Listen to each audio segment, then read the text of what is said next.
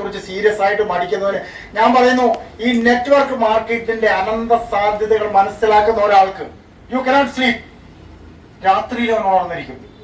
രാത്രിയിലും റോബർട്ട് കിയോസാക്കിയുടെ ഏറ്റവും വലിയൊരു ബുക്കുണ്ട്. ആ ബുക്കില് എക്കണോമിക്സ് സ്കൂൾ എന്ന് പറഞ്ഞ ബുക്കിൽ പറയുന്നത് ഏറ്റവും ഒന്നില്ല റിയൽ എസ്റ്റേറ്റ് ചെയ്യാം, അല്ലെങ്കിൽ നെറ്റ്വർക്ക് ചെയ്യാം. അതിനപ്പുറത്തൊരു ബിസിനസ് ഈ ലോകത്തിലില്ല എന്നാ പറയുന്നത്. ഇത് നിങ്ങൾക്ക് വിത്തൗട്ട് ഇൻവെസ്റ്റ്മെന്റ് ഒരു പൈസയും വേണ്ട. 2000 രൂപയുടെ സാധനങ്ങൾ പുറത്തുനിന്ന് 2500 കിട്ടുന്ന സാധനങ്ങൾ, 2000 രൂപയുടെ സാധനങ്ങൾ നിങ്ങൾ വീട് കൊടുക്കുക. ഇപ്പൊ നമ്മൾ ചെയ്യുന്ന നെറ്റ്വർക്ക് നമുക്ക് മാത്രം പൈസ ഉണ്ടായ പോരാ, 100 കണക്കിന് ആൾക്കാരെ സഹായിച്ചുകൊണ്ട് അവരുടെ ഒരു പെർമനന്റ് തൊഴിലാക്കി മാറ്റിക്കൊണ്ട് ഈ സമൂഹത്തെ രക്ഷപ്പെടുത്തിക്കൊണ്ട് ഇന്ത്യക്ക് മതിയായ ടാക്സ് കൊടുത്തുകൊണ്ട് നമുക്ക് രക്ഷപ്പെടാൻ പറ്റുന്ന ഇതിനപ്പുറത്തൊരു സബ്ജക്ട് ഉണ്ടെങ്കിൽ ഞാൻ വരാം. ഞാൻ സെർച്ച് ചെയ്ത് നോക്കി, ഓരോന്നും സെർച്ച് ചെയ്ത് നോക്കി. മാർക്കറ്റിനേക്കാൾ വില കമ്മിയുള്ള സാധനങ്ങൾ, ക്വാളിറ്റി ഉള്ള സാധനങ്ങൾ നല്ല രീതിയിൽ കൊടുക്കാൻ പറ്റുന്നുണ്ട്. ഇതിനപ്പുറത്തൊരു സബ്ജക്ട് ഇല്ലാന്ന് മനസ്സിലായി. അത് ആരോടും ഞാൻ പറയും. അതുകൊണ്ടാണ് ഈ ഉപ്പ് കൊടുക്കേണ്ട ആവശ്യമില്ല. 30 രൂപ വിലയുള്ള ഉപ്പ് 18 രൂപയ്ക്ക് കൊടുക്കുന്നത്. 75 രൂപ വിലയുള്ള ആട്ട 51 രൂപയ്ക്ക് കൊടുക്കുന്നത്. 96 രൂപയുള്ള പേസ്റ്റ് ഞാൻ കൊടുക്കുന്നത് 43 രൂപയ്ക്ക് കൊടുക്കണേ. ഇതിനപ്പുറത്ത് ഏത് ആൾക്കാർ കൊടുക്കാൻ പറ്റിയ?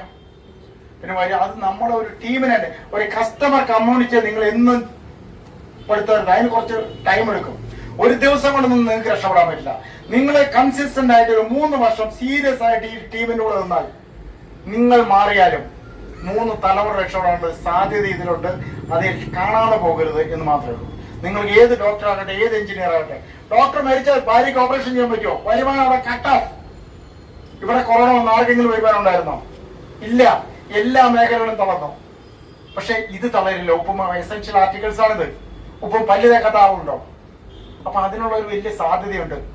ഇപ്പൊ നമ്മളോട് പറയുമ്പോ എല്ലാവരും കേരളത്തിലുള്ള എല്ലാവരും നെഗറ്റീവ് മൈൻഡാ. ഞാൻ എന്തൊക്കെ ചെയ്തിരിക്കുന്നു, ഞാൻ ചെയ്തു. നിങ്ങളുടെ കണ്ണിൽ കൂടെയാണ് കാണുന്നത്. 10ാം ക്ലാസ്സിൽ തോറ്റവനോട് 10ാം ക്ലാസ് എങ്ങനെയാണെന്ന് ചോദിച്ചാൽ നന്നായി തോറ്റോ. എന്റെ പൊന്നു സുഹൃത്തെ, ഞാൻ എഴുതി 10 പ്രാവശ്യം എഴുതി ജയിച്ചില്ല, നീ പോകണ്ട, നീയും പോകണ്ട. അവന്റെ കാഴ്ചപ്പാടാണ്. MA പഠിക്കുന്നവരോട് 10ാം ക്ലാസ് എന്ന് ചോദിച്ചാൽ എന്ത് പറയും? കുഴപ്പമില്ല, സിമ്പിൾ ആയിട്ട് എഴുതാവുന്ന കേസേ ഉള്ളൂ. നിങ്ങൾ വിജയിച്ചവരോട് സംസാരിക്കുക.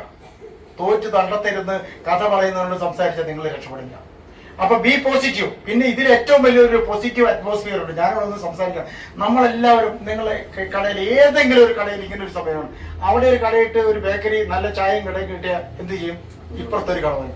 2 പേരും കൂട്ടുമ്പോൾ 2 പേർക്ക് സമാധാനമായി. ശരിയല്ലേ? ഇവിടെ ഇപ്പൊ അനീഷ് സാറിന്റെ ഒരു കടയുണ്ട്, രാജകുമാർ സാറ്, അദ്ദേഹത്തെ സപ്പോർട്ട് ചെയ്യുക. ഇങ്ങനെയുള്ള ഒരു യൂണിവേഴ്സൽ ബ്രദർഹുഡ് എവിടെ കിട്ടും? നെവർ. അങ്ങനെ ഒരു സാധ്യതയുണ്ട്. ഇവിടെ കേരളം മുഴുവൻ അറിയും നമ്മളെ. ആർക്കും ഒരു ദ്രോഹം ചെയ്യുന്നില്ല.